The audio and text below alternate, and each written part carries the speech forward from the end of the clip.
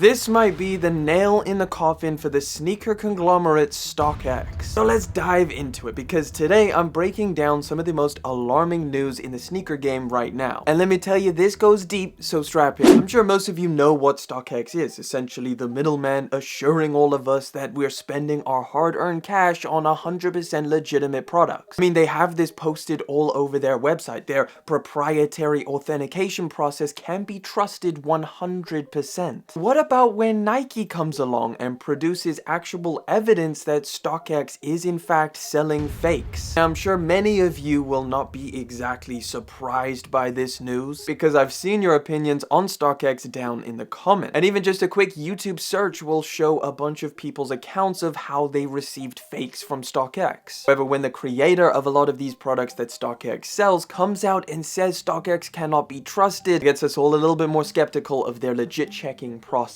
So here's what happened. It all started when Nike filed a lawsuit against Stockx for their NFTs, which Nike claimed these NFTs were a trademark infringement on their product. Stockx then replied that these NFTs were just a receipt or a token guaranteeing whoever buys these NFTs that they have a physical product. For example, if you buy Stockx's Nike Dunk Low NFT, Stockx says that owning this NFT is just a receipt or a token for the actual pair, which is kept in a vault somewhere. Now, after this, things went a little bit quiet in terms of the lawsuit until today. Nike has come out and said they have purchased 4 counterfeit sneakers from Stockx between December 2021 and January 2022, which I kind of thought was a little bit strange. It's just a month. Did Nike go out and purchase a bunch of sneakers from Stockx, or did they buy just the 4 and all of them happened to be fake? Either way, only one of these sneakers was actually named by Nike, and it was the Jordan 1 patent bred. And in the Complex article, it actually includes a picture of this pair of sneakers, and you can see it has the Stockx verified hang tag. Now, this hang tag is placed on all sneakers by Stockx to prove that it's gone through the authentication process and is 100% verified authentic. And this is something that Nike included in the filing, along with stating that the pair came with its receipt, saying that again, it's 100% verified authentic. Nike's filing also went on to say that Stockx's somehow proprietary authentication service claims to use over 100 data points, and that its authenticators are better equipped than anyone to verify a shoe's legitimacy, despite the fact that Stockx is not the entity that designed, created, manufactured, packaged, or shipped in the first instance any genuine Nike product. Another thing Nike pointed out, which I personally thought was a great point, it calls out Stockx's returns policy, or lack thereof, making it even more important for customers to be able to trust Nike shoes purchased through the platform are not counterfeit. And this is where I think I've seen the most upset from people, is the fact that you cannot return sneakers purchased from Stockx. I've seen people receive sneakers with all kinds of problems, only to be denied the ability to return that pair. Like, setting aside fake sneakers for a minute, just think about how many pairs have quality control issues, like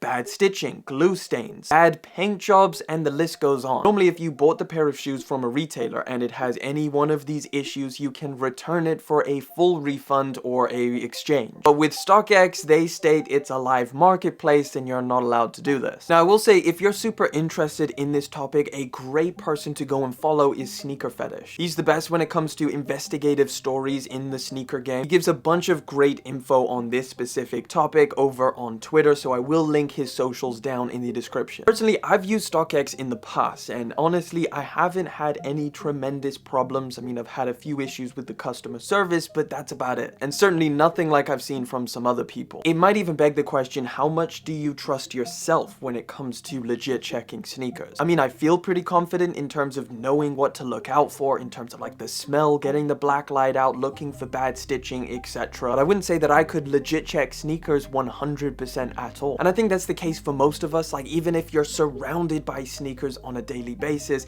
fakes are pretty convincing. And unless you know exactly what to look out for, it's a pretty hard task. I also think, like, how legit is any authentication process really? Many of other places offer this exact same service and authentication process. I don't think it's necessarily impossible to have an authentication process. I just think that it might be impossible at the scale Stockx is trying to do it. Like, if you have that many sneakers passing through your company, you have to have more legit checking stuff, and some fakes are bound bound to slip through? How do you know that all of these people can verify 100% that your sneakers are real? The smaller the scale, the more time people are able to put into the actual authentication process, the more time that they can look at this shoe, maybe even cross-reference it with a fake pair. I don't know, but there's definitely a way of doing it. I just think it's a very hard thing to do. I think the next best thing is to hear from you guys. What do you think of this topic? What do you think about authentication services? Do you have any stories of your own, not just with Stockx, but any of these verified authentic services? Drop it down in the comments, help us all out. We'd love to hear your story.